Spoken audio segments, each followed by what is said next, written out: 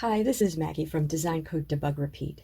Thanks for stopping by the channel. Today I'm going to talk about questions my students ask that surprise me and the skills I think we all need to cultivate in ourselves as programmers and in our students if we're teachers, especially when we're asked this sort of question. So recently I've been seeing questions as students are working on assignments, but also the occasional comment in an incomplete program that indicate to me that a student feels powerless to understand why their program has an error and therefore powerless to solve it. And I'm not going to share exact questions or code from my students. My courses are a safe space for my students to learn. I'm going to paraphrase and give a general example. So, for example, a student might write to me and say, when I'm in my process list function, processing my list, Python gives me the error, type error, unsupported operand types for plus equals, int, and list. Do you have any idea why this might be happening? What's interesting here is that the student doesn't know the tools they can use to discover why that's happening, and it's all right in front of them. I've recently started to think we should rename all our courses with debugging rather than programming. For example, Java debugging rather than Java programming, because writing a program really only gets you to the point where you have to debug it, and that's the more important skill. Anybody can write a program. Writing a correct program is a whole other skill. Okay, so let's look at the error. I've written a program fragment here that generates this exact error, and others once we fix this one. A runtime error gives us a stack dump, usually, meaning it traces back through the call stack, showing how we got to the error through function calls. So not only does it tell me the error occurred on line 4 in process list, but it tells me that function got called on line 10 in main, which was invoked on line 13 in the module or file. That's all important contextual information because it tells us how the program got to the point of throwing the exception, and therefore how we can get to that point when we debug. Now, the error itself, unsupported operand types for plus equals, int, and list, tells me that I'm trying to add an integer and a list. So somewhere I, as the programmer, have misunderstood what data I have in variables, and am trying to add something that I shouldn't be trying to add. Sometimes I'll see students taking the error message as advice. So for example, some students might take this error message and decide to change one of the variables so it's the data type the error message seems to be expecting. I think that inclination, along with the original question, are both symptoms of the same underlying issues that I, as a teacher, need to help my students overcome. The issue at the base of it all, I think, is not having an accurate mental model of how the program is executing. You can tell the student, run the program in the debugger, but if they don't already have expectations about what the lines of code are doing, then the debugger isn't going to help them. The debugger reveals what's actually happening. So to use it, you need to know what you want the code to do and what you believe the code is doing, so the debugger can show you where you're wrong. Students need to know, at each line of the program, what their data looks like, what data is visible to the line of code executed, and how the line of code might use or transform that data. So I think it's important, when we teach a construct, to then do several desk checks, also called traces or walkthroughs, of programs or program fragments with those constructs. Let's do an example here with the program producing this output. This is a miserable little program, isn't it? No comments and one-letter variable names. It's a meaningless program, in fact. Sometimes I think that can help us learn, though, because it forces us to ignore information the programmer has put in about what they think the program is doing and focus on what the program is actually doing. You really need to be able to take that high-level view, what you want the program to do, and the low-level view, what each line of code is doing. So let's create a desk checking table. You can do this in a word processor or mentally. I'm going to do it on paper. I'll have a column for the line number. And I love that the new versions of IDLE show you the line numbers. That's in the options menu. And then we'll have columns for the variables. I'm going to do something different with the list L though. I'm not going to show that in the table. I'm going to draw a picture of L because when you're desk checking a collection object, like a list or dict, it's often helpful to draw a picture of the collection object and any variable you're using to index into the collection object. So I'm going to draw this by hand. L has two elements, the list A1 3.0 and the list B2 4.0. For each element in the list, I'll draw a box and an index outside the box, And then this is a list of lists. So I'll draw inside each box a box with 3 boxes and indices 0, 1, 2, and the contents of each box.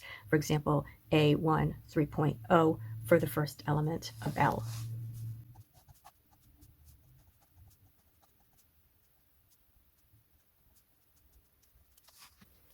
So I'm not going to show L in the desk checking table. In main, I have M. So I'm going to write main colon M. And in process list, I have L, total, and N. But again, I'm not going to put the list in the desk checking table. So I'll put process list colon total and process list colon N. Now, I do have to be careful that I understand L in main and L in process list. We can see here that no copy of L is made. So process list and main are both referencing the same list. So I'll use my one drawing for both variables, which are both called L. It's really important to be methodical when desk checking, because as soon as you jump over steps or make an assumption, you're opening up the possibility for slipping into what you believe the code does rather than what the code actually does. So let's write main colon L and process list colon L to be clear that this list I've drawn is referenced in both functions. There are no logical expressions. When I'm desk checking a problem with logical expressions, I'll often put those in the table so I can register whether they're true or false. They often determine the next line to execute. And there is some output on line 11, so I'll put a column for output. Good. Once our desk checking columns are ready, we can start walking through the code. Now, when this program runs, the functions at the module level are defined, but they don't execute. The first line to execute is line 13, and that's the call to main. So I'll put that in the table. I write 13 under the line number column. No variables have been assigned any values, and there are no module level variables. Now we can certainly put line 6 in our table. That's where we go from 13. We jump into main. There are no parameters, so nothing to show here. So I put 6 in the line number column in the next row of the table. If there were parameters, we'd show those as variables local to main, obtaining the values they obtain from the call. The next line to execute is line 7, the first line of main, and in this line, the list L is defined. We have a picture of L, but I'll put 7 in the table on a new row. Line 8 is an annotation, essentially documentation. We won't include that in the table. Line 10 is a call to process list, passing in L as a parameter. Put a 10 in the table, next row. We jump up to line 1, the first line of process list. And on that line, the L that is local to process list gets its value, and that is a reference to the list L from main, the parameter that was passed in. So put a 1 in the table under line number. We have a picture of L. It's important with objects to know that a copy of the reference to the object is passed as a parameter, meaning that the function may have a copy of the reference, but both references reference the same object in memory. Python Tutor does a great job of visualizing this because it shows the call stack and it shows references as arrows pointing into memory. Let's take a quick side trip and look at how Python Tutor shows the 2 references to the list. So I'm going to copy my program, go to pythontutor.com, choose Python and paste it in, then click Visualize Execution. Oh, before I do that, I'm going to remove the annotations, only because Python Tutor's visualization of annotations is accurate, but messy. And so first my 2 functions are defined.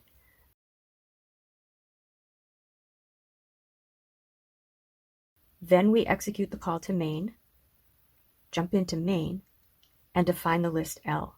So you see a frame on the call stack for main and a reference to L, which is an arrow pointing to the objects column, showing the list with its 2 inner lists.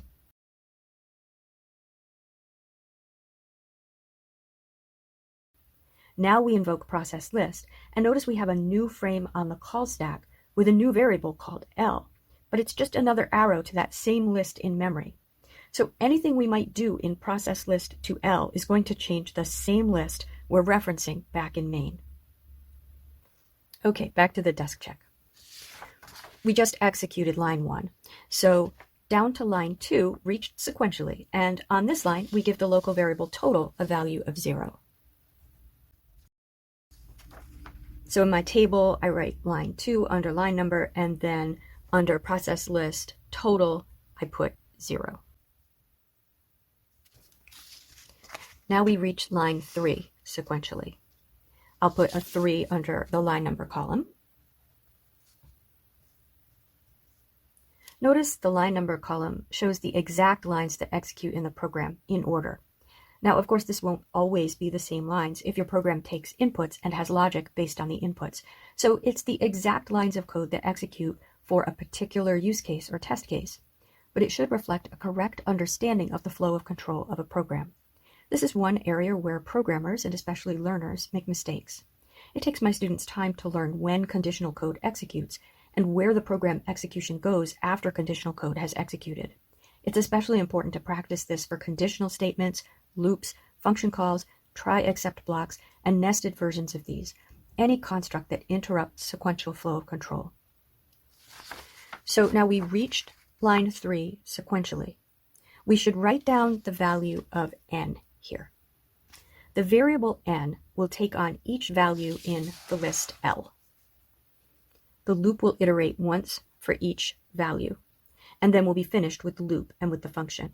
So n will first take on the value, the list A1 3.0. And now we reach line 4, in which we attempt to add that list to the value in total, which we can see in our table is 0. So hopefully here we see where our error is. We're trying to add a list and an int, the error we were receiving, on exactly the line on which we receive it, and on the same path through the stack, from line 13 to 10 to our error on 4. We shouldn't have to proceed further. We might hopefully realize we don't want to add n, but rather n sub 1, for example, the integer at index 1 in the list. Taking execution one step at a time might help a student understand how to write what they wanted to write. They might need a lot of guidance getting to this point, though.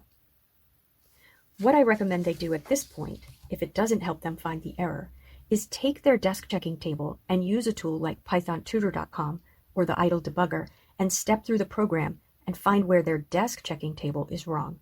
They should then be able to tell you definitively what they believed about how the program executed versus how the program actually executed, and explain why. Now, if they figure this out and make the change, they're still going to get an error, this time a semantic error. The program prints none rather than what they expected it to print. Maybe it's supposed to print the total that was calculated. They need to then go back to the desk checking drawing board. I'll leave that error as an exercise for you. Please feel free to comment below what that error is, what's causing it, and how to solve it. When you get good at desk checking, you can do it more quickly. Maybe you avoid the table and write down the variables and their values as they're replaced, rather than putting this in table form. But if you can't find the error that way, I recommend you always return to being as methodical as possible. You need to disconnect the part of your brain that believes it knows what the program is doing, because it's wrong if you have a bug, and it can trick you. I hope you found this video helpful. I have a number of desk checking and debugging videos on this channel. I'll link a playlist of desk checking and debugging videos here. Please comment below if you've seen a similar phenomenon with learners, if you have a strategy for helping learners that's worked well for you, or if you have trouble debugging a particular kind of error. Maybe we can all help each other have fun and keep coding.